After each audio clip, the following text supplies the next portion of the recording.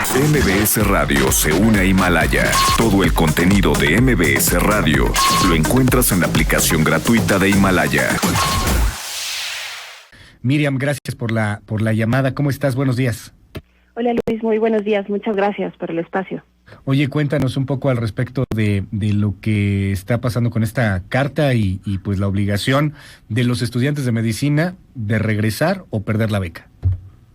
Pues como tú bien mencionabas, casi todas las facultades de medicina, la de la UNAM, el POLI, la UAM y algunas otras universidades estatales, al inicio de la pandemia pidieron que se retiraran a los estudiantes de medicina, a los médicos internos.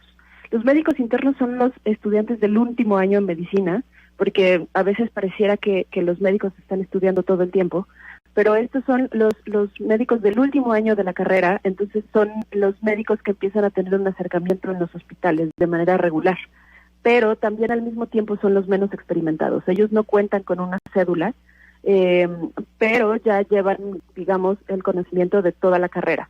Ellos son los médicos internos, los médicos que inician con rotaciones en los hospitales, es decir, permanecen mucho tiempo en los hospitales.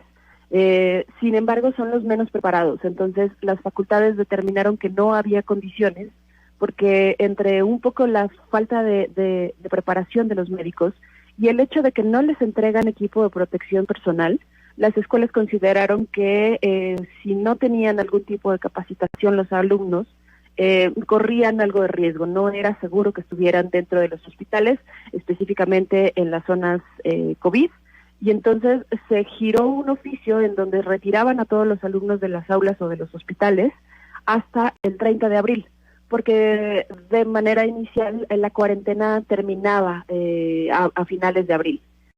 El problema fue que no se actualizó ese oficio y no se actualizó con la nueva terminación de la cuarentena, que es a finales de mayo. Entonces las autoridades de salud tuvieron algunas negociaciones con algunas de las facultades, porque los médicos internos son cerca de 14,000 en todo el país, y entonces comprometen mucho el funcionamiento de los hospitales, porque algo que tienen los hospitales de salud pública en México es que funcionan mucho con muchos estudiantes. La primera línea de atención, los primeros médicos que hacen una revisión, una evaluación preliminar, son estudiantes. Entonces, en una serie de oficios que intercambió la Secretaría de Salud, las facultades hicieron algunas propuestas, entre ellas que el servicio o el periodo de prueba o de estancia en los hospitales de los estudiantes, de estos estudiantes en específico, que se adelantara, que se diera por concluido 4 meses antes. Están en un periodo de 1 año normalmente. Entonces las facultades plantearon que se adelantara, y la Secretaría de Salud dijo específicamente que no, porque afectaba la atención de la población. Entonces estuvieron en algunas negociaciones, y lo que se acordó es que tenían que recibir algún tipo de capacitación, y que a la hora de volver los alumnos no podían estar en áreas COVID. Digamos, eso es formalmente lo que se acordó, a lo que se llegó, pero lo que reclaman los estudiantes es que en los hospitales no está delimitado exactamente cuáles son las áreas COVID, que a pesar de estos acuerdos ellos tienen que atender a pacientes con estos síntomas sin el equipo de protección personal necesario, como algunos de los audios que tú señalabas.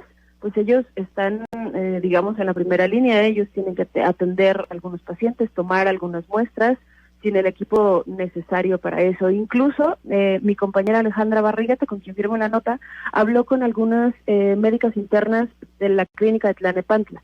Ellas, antes de que se retiraran de las aulas a los médicos internos, estuvieron atendiendo pacientes, resultaron contagiadas de COVID, y pues un poco en ese tenor de que ellas ya estuvieron contagiadas, se les está, pues las comunicaciones de la Secretaría de Salud aseguran que todos los regresos son voluntarios, que no hay nadie que esté obligado a volver. Sin embargo, pues como tú bien decías, se les está condicionando la entrega de esta beca que tienen, se les está condicionando a que si no vuelven a los hospitales no se les entrega. Muchos de los estudiantes son estudiantes que vienen de los estados y se mudan a otra ciudad para poder continuar con sus estudios o para poder hacer esa especialización, y de alguna manera cuentan con esa beca. Como tú lo decías, tampoco es tan grande, pero a ellos les resulta una diferencia, además de que dicen que en términos informales y en términos ya de operación en los hospitales sí se les está obligando, se les está condicionando la liberación de este año de internado a que estén presentes y den atención en los hospitales. Dime algo, llama la atención porque en algún momento los médicos residentes, por ejemplo, hicieron protestas antes del COVID, antes de todo esto, pues porque también estaban en riesgo apoyos económicos, exigían también mejores prestaciones, mejores pagos, como estudiantes, son de último año, pues, pero también tenías al movimiento residente, ya los de especialidad, en fin, había pues una importante comunidad que decía, si no hay residentes o si no hay también estos últimos estudiantes del último año, se para el sistema. Nos podemos ir y se para de plano el sistema de salud. Todo esto cuando el INSABI, lo recordarás, fue ya un poco antes de que explotara el asunto del COVID-19. Yo quisiera preguntarte, Miriam Castillo, ante este escenario, ¿qué es lo que están haciendo los estudiantes? ¿Lo denuncian, pero podrían venir movimientos de acuerdo a lo que consultaste con ellos?